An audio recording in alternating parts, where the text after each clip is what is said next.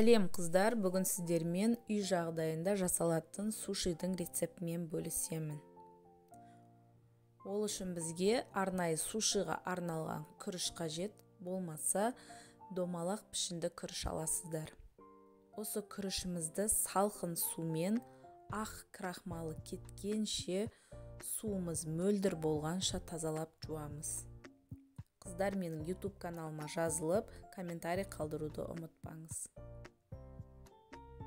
Міне менің күрішім дайын болды. 500 грамм күрішке 700 грамм су құямыз. Салқын су қажет. Мен арнайы рисоваркада пісірдім. Сіздер газге асты қалың ыдысқа пісірсеңіздер болады. Тура осындай көлемде бір қайнаған соң астын жай қойып 15 минутта пісіресіздер. Міне күріш дайын болды. Күрішіміз қантсыз, тұзсыз. Енді осыған рисовый уксусын дайындаймыз.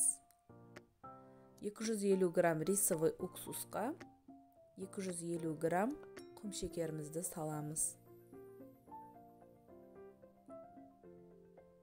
Үстіне 10 грамм тұз саламыз.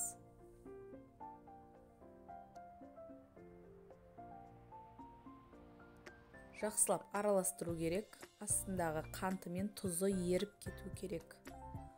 Енді жаңағы піскен күрішімізге 175 граммын құямыз уксустың. Осыны араластырамыз. Езіп жібермей, астынан үстіне қарай араластырамыз. 15 минутқа қойып қоямыз суығанша. Енді сушимызды жасауға кірісеміз. Ол үшін бізге бамбуковый осындай циновка қажет болады. Оның сыртын пищевой пленкамен ораймыз және кішкене май жағамыз. Сушиді орауға арналған нори қағазы. Осы нориға күрішімізді жаямыз.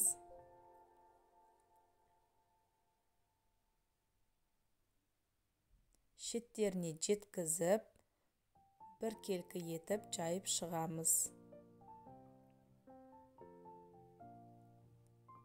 Мен арасына сёмга балығын қостым.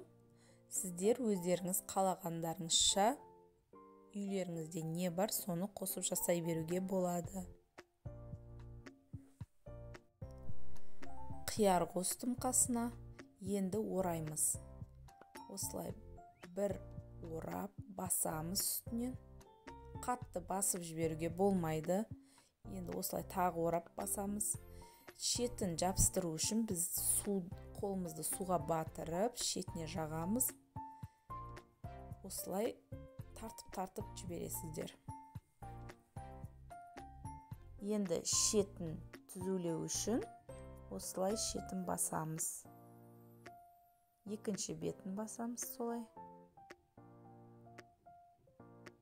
Біздің роллымыз дайын болды. Енді сіздерге қуырылған түрін көрсететін болам. Ол үшін тауықтың етіне бір қасық майонезімізді саламыз, араластырып қоямыз. Нори қағазын екіге бөлеміз. Күрішімізді жайып шығамыз. Бұл жерде бізде күріш сыртында болып, ішінде нори қағазы ішінде болады. Және күрішті салған кезде күрішімізді сәл шетіне шығарып саламыз.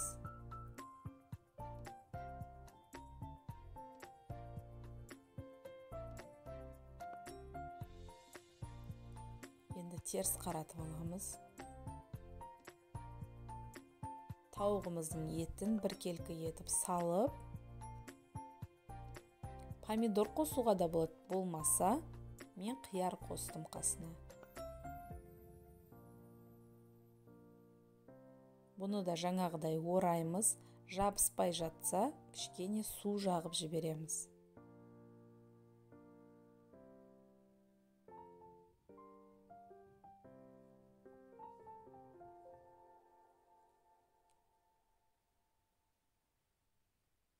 Осылай қысып, міне дайын болды. Енді кляр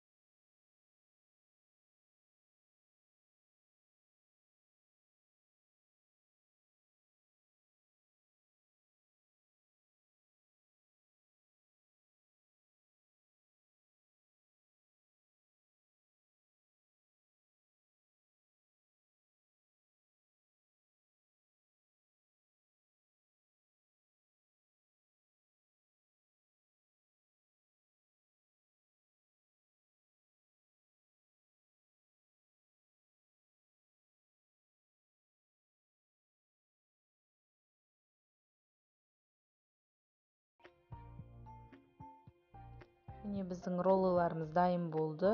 Өте дәмді. Сіздер де жасап көріңіздер. Менің видеом ұнап жатса, лайк, комментарий қалдыруды ұмытпаңыз. Баршаңызға ас болсын. Сау болыңыздар.